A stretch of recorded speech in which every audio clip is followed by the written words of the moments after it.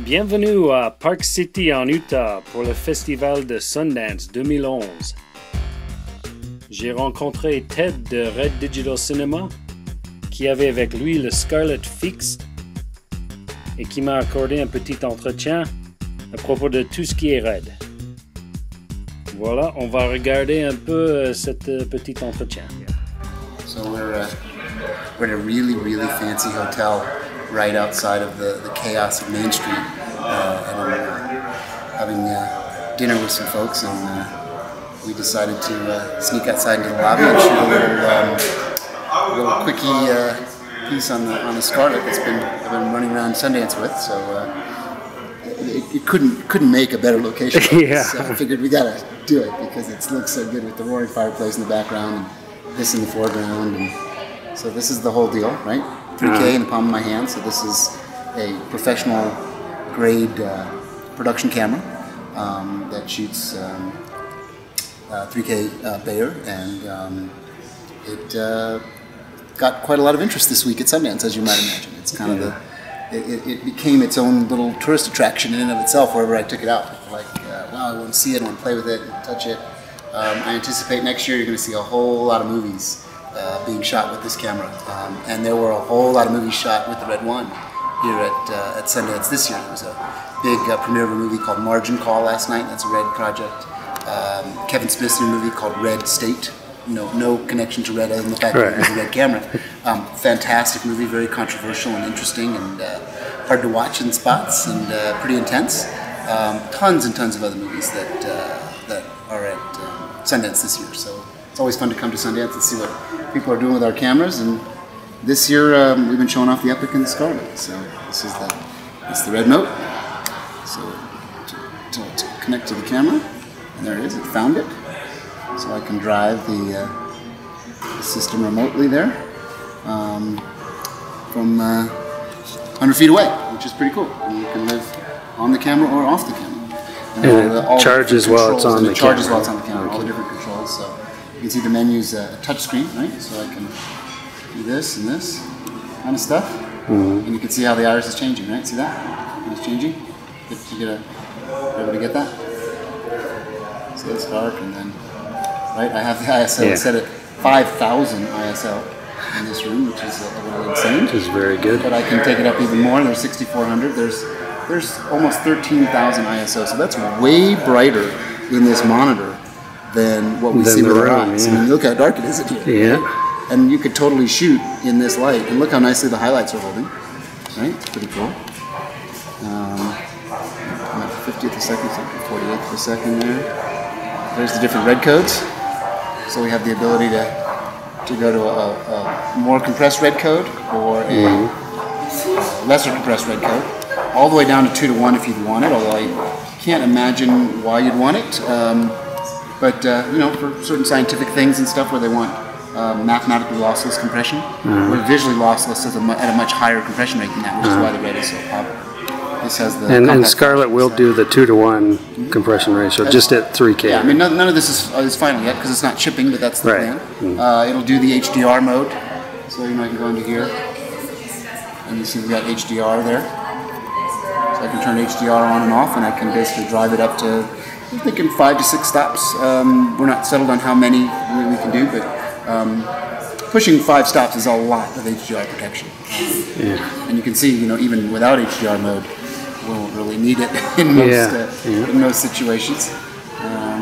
This has autofocus, so I'm actually autofocusing on that right now, or maybe I can autofocus on it. How about that?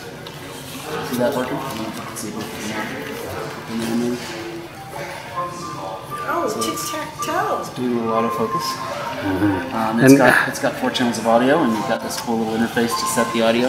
And for the autofocus, is that something that, I don't want to say gimmick, but is it something that you will be using on shoots all the time? Yeah, you use it for documentary work, and for feature work, you're still going to have a focus puller. It's not going to replace the human element. It's an enhancement to the human element. I wish I had autofocus on this. Yeah, I mean that's a really great camera for what it's being used for. But this is a real design, purpose-built device for motion and stills, right? So that there are some differences. But you know, if you shoot a red one, you kind of know. You see the histogram, and you got all kinds of information here, and this is just kind of how it works. So yeah, I just had mine MX'd, and it's a world of difference. It's been pretty fun to see it come to life. So there you have it. Okay, and is there a final price? Is there no close to final being final price? I wouldn't say it's anywhere close to anything while we're still building. That's just kind of our way. You know, we don't want to lock ourselves into something that doesn't make sense. But for what it is, it's unbelievable in terms of its price performance curve, because this doesn't compare to that. You know, you're shooting with a Canon 7D. Yeah. This compares to the most expensive exotic digital cinema HD level cameras in the market that are $90,000 and up, right? This is probably going to be around $6,000. Right. So there's a huge difference in terms of the cost logic of this and what it does. Right. The only thing that is higher resolution than this device is a Red One or an Epic, right? Right. Everything else, regardless of the price point, is at or lower resolution than this. So that's why it's become so popular. Because this is a real movie making tool. Yeah. You know, on big budget movies, you'll see it as second unit. On small indie movies and mid movies, plus for 3D, because it's got deeper depth of field. It's a 2/3 inch sensor, right? So we can go really deep depth of field on this camera. And for 3D applications, you put two of these in a very small rig, and it makes a very compelling case for 3D. So you're going to give up a little resolution, but you're going to get the deep focus, which for sports, action 3D. You know, here, imagine this will be shooting next year for every snowboarding 3D thing known to man on these little cameras. And there was back on the old DVX user, before a Red user, there was a contest, and the thing that won it was depth channel mapping. Yeah, that was like the first year of our lives, right? Yeah, like 2006, 2005. You'll have to give me some time to reorient my brain to think about what that meant. I think they were saying you're no longer going to be needing a green screen. Right. Because you can just pull keys. Well, you know, it's funny. I'll give you a real world example of that. There's a big effects movie called Skyline. It came out, I don't know, last month. And it did pretty well in the theaters, and now it's, I think, out on Blu-ray. And we went over to their place, and they actually did a HDR style finish in their DI, and they took keys from just shooting handheld with Sky. And like there was a shot they showed me with chain link fence, that they did sky replacements and aliens and stuff in the background, and it was just the blue sky and the chain. And no problem. They said it was the most amazing thing they'd ever seen. And these guys are the top end effects guys in the world. They do all the effects for Avatar and all these huge movies, and this is their movie that they made. They said the Red was just shocking at how good it was. And that's with our original Red coat, right? This is the second gen Red coat here. So the resolution does matter. Resolution does matter. I say it in all my presentations and all my talks, and people have seen me get on my little soapbox and talk about it, but it's not just a soapbox. Resolution does matter. It's the reason why people shot 35mm film for so long, is because resolution matters. Sort of all the other cameras like this, it makes a fine image for what you're going to use it for the web, but it's sort of in the 16mm or lower category when you can compare it to film. Right. There's nothing other than a Red or an Epic that compares to 35mm film in terms of its resolution, which is why it's become so popular. All right. And is this pretty much final shape, weight? You're getting within striking distance. This is kind of what the camera will look like. There's always lots of little last minute tweaks and things, but you know, this is that 8x zoom lens. Yeah. And it's pretty remarkable. It's super light. It's really comfortable in your hands. And, you know, it's beautiful. You're getting there. All right, back to dinner. All right. Thank you very much for taking some time to talk with me.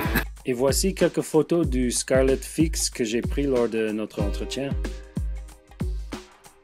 On voit Ted devant ce cheminée feu de bois avec le Scarlet fixe. Elle est vraiment géniale, cette petite caméra. Merci beaucoup d'avoir regardé ce petit truc et peut-être on va faire mieux que ça à NAB cet avril. À plus alors.